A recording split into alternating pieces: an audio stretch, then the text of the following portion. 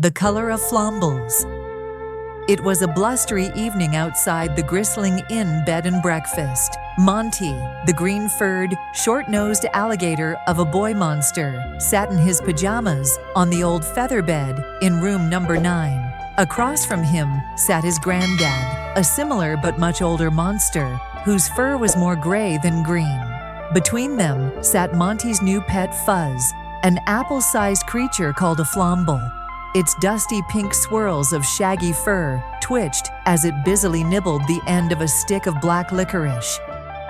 "Granddad, look at him. Is it the light, or does Fuzz's fur look a bit more orange than pink right now? Almost like it's glowing," Monty said, stroking Fuzz's cat-like ears. Granddad leaned in and pushed his large glasses up his own short spotted alligator snout. "Well, some animals' fur changes with the seasons, though I'm no expert on flombles, mind you." "Yeah, me neither," said Monty. "I know exactly 2 things about flombles. One is the funny sound they made, popping in and out of holes in your old garden. And 2, that old Snort thinks the only good flomble is a dead flomble." Monty put his hand on Fuzz's soft back and reassured him. "Don't worry, boy. My grouchy old boss won't ever know you're here." "Speaking of sounds," Granddad said, "there's been a thumping coming from Snort's room next door. Sounds like the wind is blowing his window shutters again." "Snort is down in his office. I can pop into his room and close them," Monty said, grabbing his ring of room keys. He stepped out on his one leg and one wheel. At Snort's room, number 7, Monty pressed his ear to the door. Oddly, when he did this, the thumping seemed quieter. Monty unlocked the door and peeked into the room. He was surprised to find Snort's bedroom window was latched shut. "That's weird," Monty said. He closed the door, locked it, and stepped back down the hall. As he reached his own room, number 9, he paused. "Wait a second." He turned and stepped back to Snort's room, this time counting his steps. "It shouldn't be so many steps, Granddad," Monty said, coming back into their room. "There's too much distance." "What are you on about?" Granddad said as he followed Monty into the bathroom and watched him open the small closet door. "I wonder if there is something in between our rooms." Aha! Monty pushed their hanging robes aside and shined his torch on the boards behind. Monty gave a push and, pop, there it was, an opening just big enough for Monty to scoot through. "It's a small secret room, Granddad, and look, that's where the noise is coming from."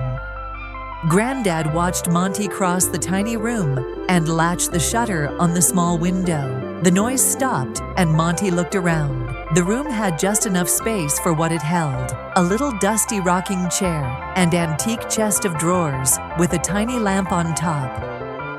"It's incredible, Granddad, and Snort doesn't even know about this. It's our secret," Monty said. Then his eyes lit up. "You know, this would be the perfect place to keep a flomble you didn't want a certain someone to find."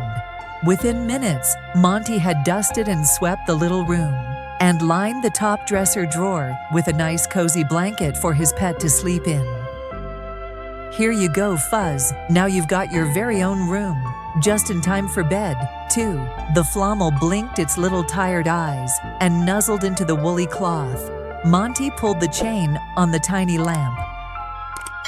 "Gosh, yeah, your fur really does look more orange tonight, huh? Well, night-night, Fuzz."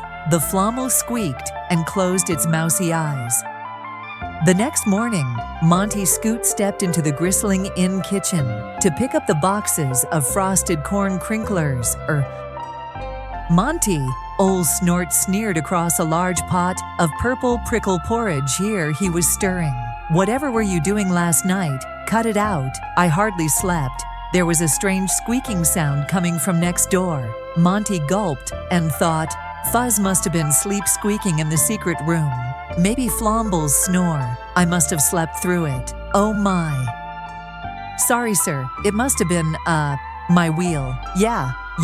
Oh, It needs a bit more oil in the colder weather. I'll make sure to fix that right away, Monty said, Scoot stepping out of the kitchen and making squeaks under his breath as he moved. Phew, oh my, do Flombles even snore? Monty asked himself as he uncorked the jugs of yellow melon zingaling at the end of the buffet table. I'd better do some research if I'm going to take care of my Flomble properly.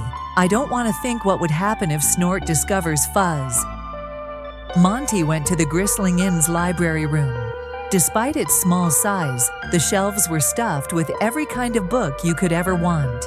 He took out an encyclopedia labeled with the letter F and flipped through the pages. Fang whistlers, fern munchers, fizz nuts. Here we go, Flombles. Monty's lips moved slightly as he read the sentences beneath the picture of the Flomble popping out of a garden hole. Then Monty's eyes went wide. Oh my! Monty closed the book, slid it back into place, and went back to his granddad upstairs in room number 9. Hi, Granddad, Monty gulped. Granddad looked up from his reading chair.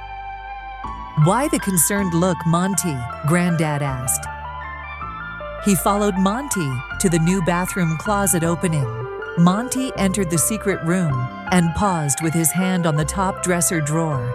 Faint squeaks could be heard coming from inside. Okay, I learned something interesting about Flombles, Monty said, as Granddad tilted his head curiously. So, it turns out only girl Flombles change fur color. Huh, so Fuzz isn't a he, she's a she. Isn't that lovely? Granddad said and smiled. Well, yes, but the girl Flombles change color, Monty said, pulling the drawer open. When they're about to have babies. There was Fuzz, nuzzling her new litter of baby Flombles. All 6 of them. Granddad laughed. Oh, Monty, heh, I had a feeling myself. Then Granddad held up the book he'd been reading. Monty read the title out loud. The Monster's Guide to Raising Flombles. The End.